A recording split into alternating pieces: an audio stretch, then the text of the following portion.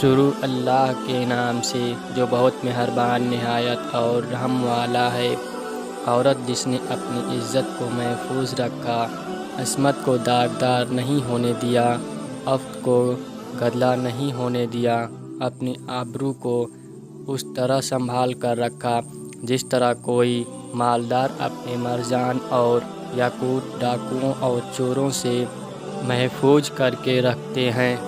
وہ عورت اللہ کی ولی ہے۔ اللہ کریم کے ہاں ایک بزرگ عورت کا مقام رکھتی ہے۔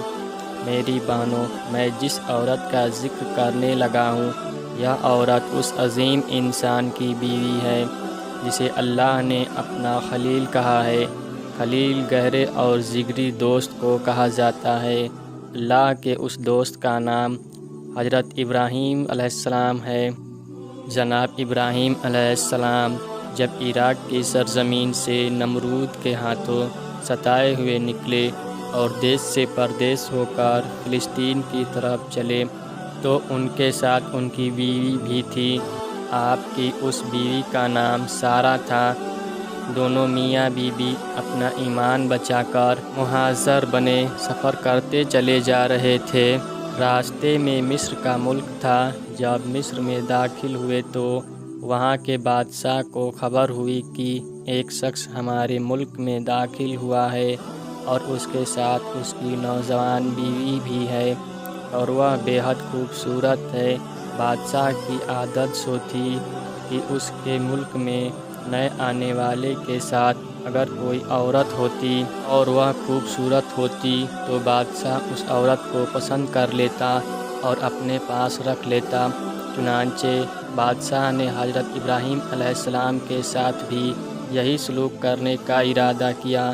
صحیح بخاری میں حضرت ابو ہریرہ رضی اللہ تعالیٰ عنہ سے مروی حدیث کے مطابق بادشاہ کے کرندے حضرت ابراہیم علیہ السلام کے پاس آئے اور انہیں بادشاہ کا پیغام دیا کہ وہ حضرت سارہ رضی اللہ تعالیٰ عنہ کو بادشاہ کے پاس بھیجے۔ حضرت ابراہیم علیہ السلام پردیسی تھے، اجنبی تھے، غریب الدیار اور مسافر تھے۔ وہ کیا کر سکتے تھے؟ بے بس تھے، لیکن اللہ کے محب بندے تھے۔ انہیں یہ یقین تھا کہ جس اللہ کے توحید کے لیے وہ آگ میں کود گئے اور اللہ نے انہیں محفوظ رکھا، وہ اللہ اپنے بندے کی عزت کا بھی ضرور پاس کرے گا۔ چنانچہ بے بس مسافر نے اپنی بیوی کو بادشاہ کی طرف روانہ کر دیا۔ حضرت سارہ رضی اللہ تعالیٰ عنہ کو محل میں پہنچا دیا گیا۔ بادشاہ ان کے حسن کے بارے میں اپنے کارندوں سے آگاہ ہو چکا تھا۔ اس کی نیت جو پہلے ہی خراب تھی کہ وہ اب اس کا ارادہ اور زیادہ برا ہو گیا۔ چنانچہ وہ حضرت سارہ کی طرف متوجہ ہونے لگا تو حضرت سارہ اٹھ کھڑی ہوئیں، وضو کرنے لگی اور انہوں نے نماز شروع کر دی۔ وہ اپنے اللہ کے حضور کھڑی ہو گئیں۔ محسوس ہوتا ہے کہ بادشاہ یہ منظر دیکھتا رہا اور یہ سوچ کر انتظار کرتا رہا کہ یہ خاتون اپنی عبادت سے فارغ ہوں گی تو پھر اس کی طرف بڑھوں گا۔ ادھر حضرت سارہ اپنے رب کے کریم سے باتیں کر رہی تھیں۔ جو کوئی بھی جب اپنے رب کے حضور نماز میں کھڑا ہو جاتا ہے تو وہ اپنے اللہ سے باتیں کر۔ حضرت سارہ نے اپنے رب سے اپنی مشکل کے بارے میں جو بات کی، اللہ کی قسم با کمال کی۔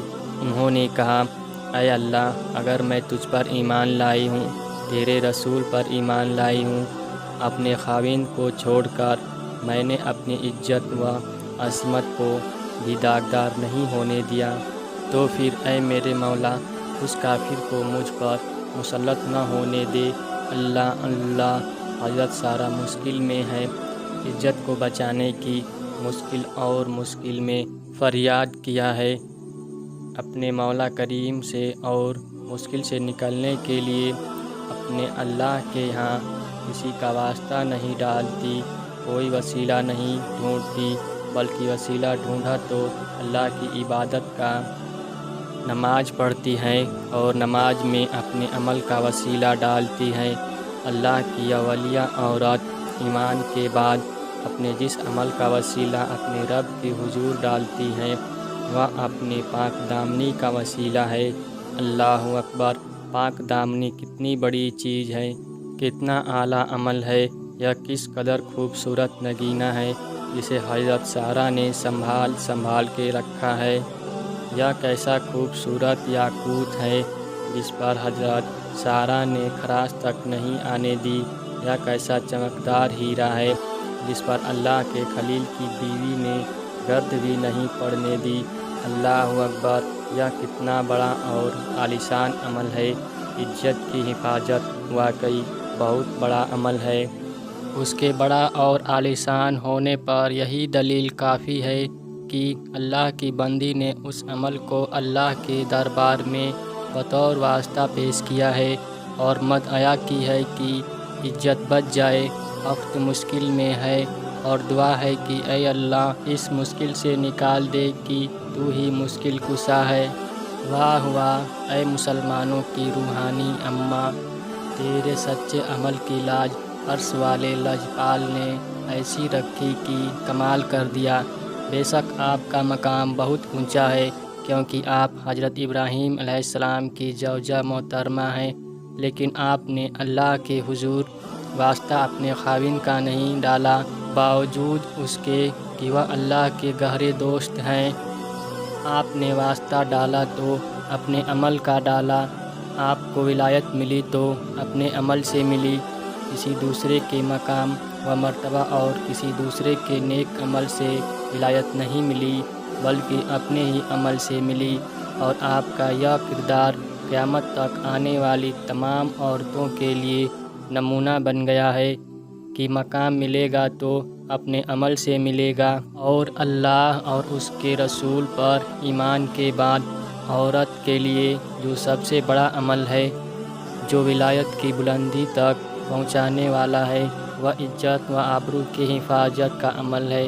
میری بہنوں، ہم سب کی روحانی ماں اللہ کی ایسی ولیاں اور دوست تھیں کہ اللہ نے ان کی فریاد کو فوراً سنا۔ اور پھر اگلا منظر کیسے سامنے آیا، آئیے ملاحظہ کیجیے۔ حضرت سارہ نے نماز ختم کر لی، اپنے رب سے فریاد کر لی تو بادشاہ اپنے تخت سے اٹھا، حضرت سارہ کی طرف بڑھنے لگا، اور جب قدرے قریب آیا تو بے ہوش ہو کر دھڑام سے محل کے فرش پر گر پڑا۔ اس کے منہ سے اس طرح سے آوازیں آ رہی تھیں جیسے موٹے گینڈے کو ذبح کیا جائے تو گھڑڑ گھڑڑ کی آوازیں نکلنا شروع ہو جاتی ہیں۔ بادشاہ کا بھی یہی حال تھا، منہ سے جھاگ بہنا شروع ہو گیا تھا۔ اب اس کے پاؤں بھی زمین سے رگڑے کھانے لگے تھے، ٹانگیں چل رہی تھیں، وہ تڑپ رہا تھا۔ صاف نظر آ رہا تھا کہ یہ اللہ کی گرفت میں ہے۔ یہ حضرت سارہ کو اپنی گرفت میں لینا چاہتا تھا، لیکن اللہ نے ایسا گرفت میں لیا کہ بے یاد آ گئی۔ لوگوں، جب کوئی اللہ کا بن جاتا ہے تو اللہ اس کا بن جاتا ہے۔ حضرت سارہ کے لیے مولا کریم ایسے بن گئے کہ حضرت سارہ جوں جوں کہتی جاتی تھی، عرش والا رب اسی طرح کرتا جاتا تھا۔ حضرت سارہ کو خیال آیا کہ اگر یہ بادشاہ اسی طرح مر گیا تو پھر کیا ہوگا، کہیں اس کے قتل کا الزام مجھ پر ہی نہ لگ جائے۔ چنانچہ یہ خیال آتے ہی حضرت سارہ نے اپنے رب کی حضور فریاد کرتی ہے، مولا کریم، اگر یہ مر گیا تو یہی کہا جائے گا کہ اس عورت نے بادشاہ کو مار دیا ہے۔ اللہ نے اپنی بندی کے خدشہ کے مطابق ان کی خواہش کو پورا کر دیا اور بادشاہ کو ٹھیک کر دیا۔ اللہ ہی بہتر جانتا ہے کہ درمیان میں کتنا وقزہ بڑھا۔ یہ معاملہ چند منٹ کا تھا یا چند گھنٹوں کا تھا یا ایک آدھا دن کا تھا، بہرحال بادشاہ کے ساتھ جو ہوا اور اس سے بھلا کر دوبارہ پہلے والی حرکت کا سوچنے لگا۔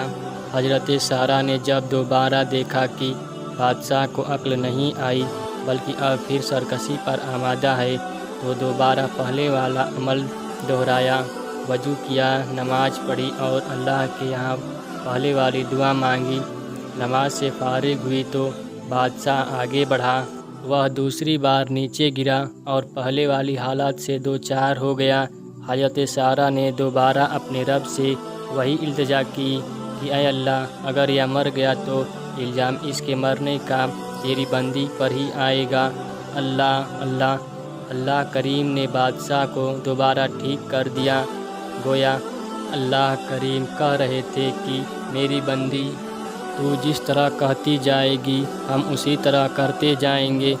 قارئین کرام، بادشاہ نے اب دربار لگایا اور اپنے کارندوں کو کہنے لگا، یہ عورت جو تم میرے پاس لائے ہو یہ جنات میں سے کوئی جن عورت تھی جسے تم میرے پاس لے آئے، اسے اس کے خاوند ابراہیم علیہ السلام کے پاس لے جاؤ۔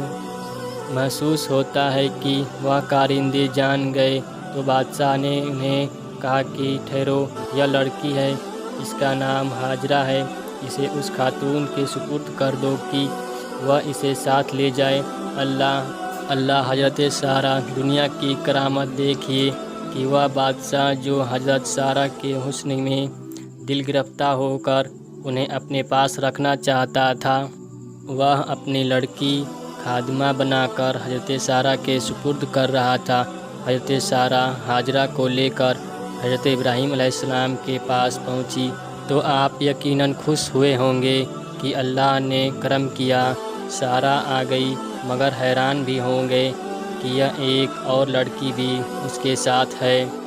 حضرت سارہ نے اللہ کے خلیل علیہ السلام کی حیرانی کو فوراً دوہری خوشی مسرت میں کہا کر تبدیل کر دیا۔